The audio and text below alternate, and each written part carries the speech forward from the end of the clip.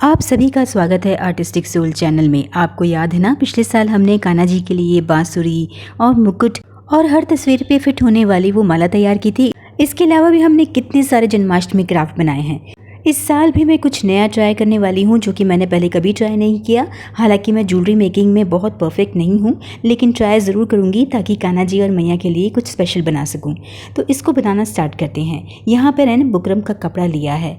यहाँ इसके ऊपर हम गोल्डन पेंट करेंगे, लेकिन पेंट करने से पहले ना इसके नीचे हम एक पेपर रख देंगे ताकि नीचे का जो सरफेस है वो ख़राब ना हो। इसे अच्छे से पेंट करना है बिना पानी लगाए। इस पेंट की यहाँ पर सिर्फ एक लेयर ही काफ़ी है। ये पेंट हो जाए तो इसे अच्छे से सबसे पहले ड्राई कर लीजिएगा, क्योंकि पेंट लगाने के बाद जो ये कपड़ा थोड़ा सा ढीला होगा, सूखने के बाद वापस से कड़क हो जाएगा। अब शुरू होगा हमारा मेन काम। मुझे जिस साइज़ की माला बनानी है उस साइज़ के अकॉर्डिंग पहले ही मैंने पेपर पे एक कटिंग कर ली और उस कटिंग को मैं इस बुकरम पे रख कर इसे अच्छे से ट्रेस कर रही हूँ, या इसका नाप लेके यहाँ पर पेंसिल से उसकी मार्किंग कर रही हूँ। आप भी जिस माला को बनाना चाहते हैं उसका डिज़ाइन पहले पेपर पे ड्रॉ कर लीजिए और उसकी कटिंग करने के बाद ही बुकरम पे रखकर उसे बनाइए, तो वो बिल्कुल परफेक्ट तरीके से निकल कर आएगा। अगर मैं कहूँ कि आपको बुकरम की जगह और क्या लेना चाहिए तो आप फेल्ट शीट ले सकते हैं, वो भी सेम काम ही करती है। यहाँ पे मैंने पेंसिल से मार्किंग करके इसे थोड़ा सा डार्क कर लिया है और उसके बाद इसकी कटिंग करूँगी।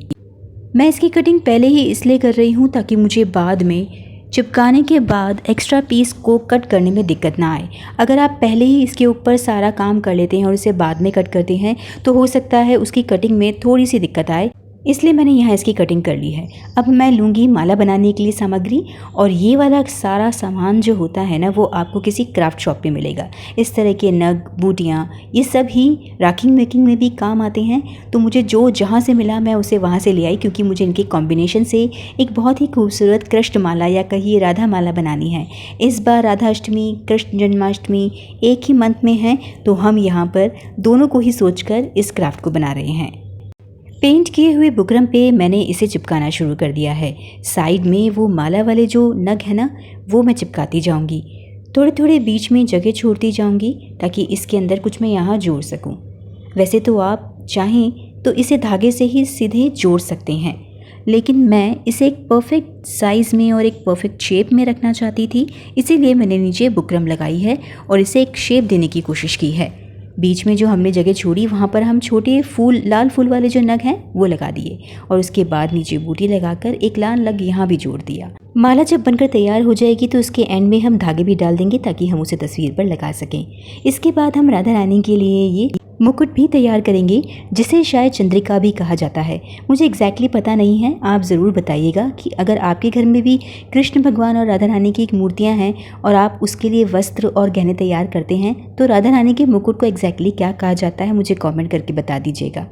यहाँ पर हम इस चंद्रिका को डेकोरेट करने के लिए वापस से वो जो बूटियां हैं वो लेंगे और उसे अलग तरह से यहाँ पर डेकोरेट करेंगे। इसे हम भरवा करने वाले हैं, तो यहाँ पर इस केरी जैसी शेप की जो मैंने यहाँ पर ड्राइंग की है उसे भरवा भरना है।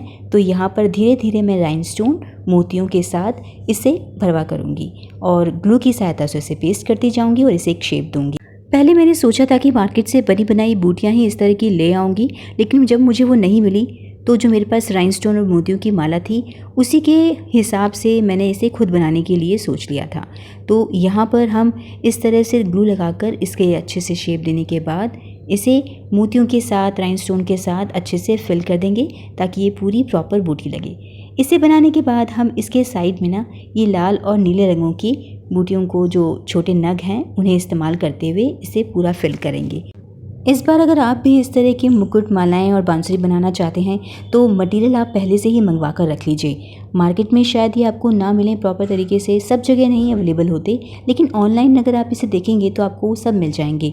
मैंने जो भी मटेरियल यूज़ किए हैं अगर हो सका तो उनके ऑनलाइन जो प्रोडक्ट लिंक है ना मैं यहाँ इस वीडियो में डाल दूँगी ताकि आप उसे परचेस कर सकें और आपके लिए काम आसान भी हो जाए।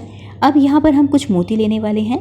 इन्हीं मोतियों से हम कुछ मोती की लड़ें तैयार करेंगे और उन लड़ों को हम इस मुकुट के पीछे की तरफ पेस्ट करेंगे। बहुत छोटे छोटे से लड़ तैयार करनी है और 3-3 दोनों तरफ इस तरह से इसे पेस्ट कर देंगे ताकि इसमें कुछ लटकन भी तैयार हो जाए। तो ये मुकुट भी हमारा ऑलमोस्ट बनकर तैयार हो गया है। बस इसे हमें स्टिफ करने के लिए या थोड़ा सा कहीं कड़क करने के लिए, टिकाने के लिए इसे थोड़ा सा सपोर्ट देना होगा।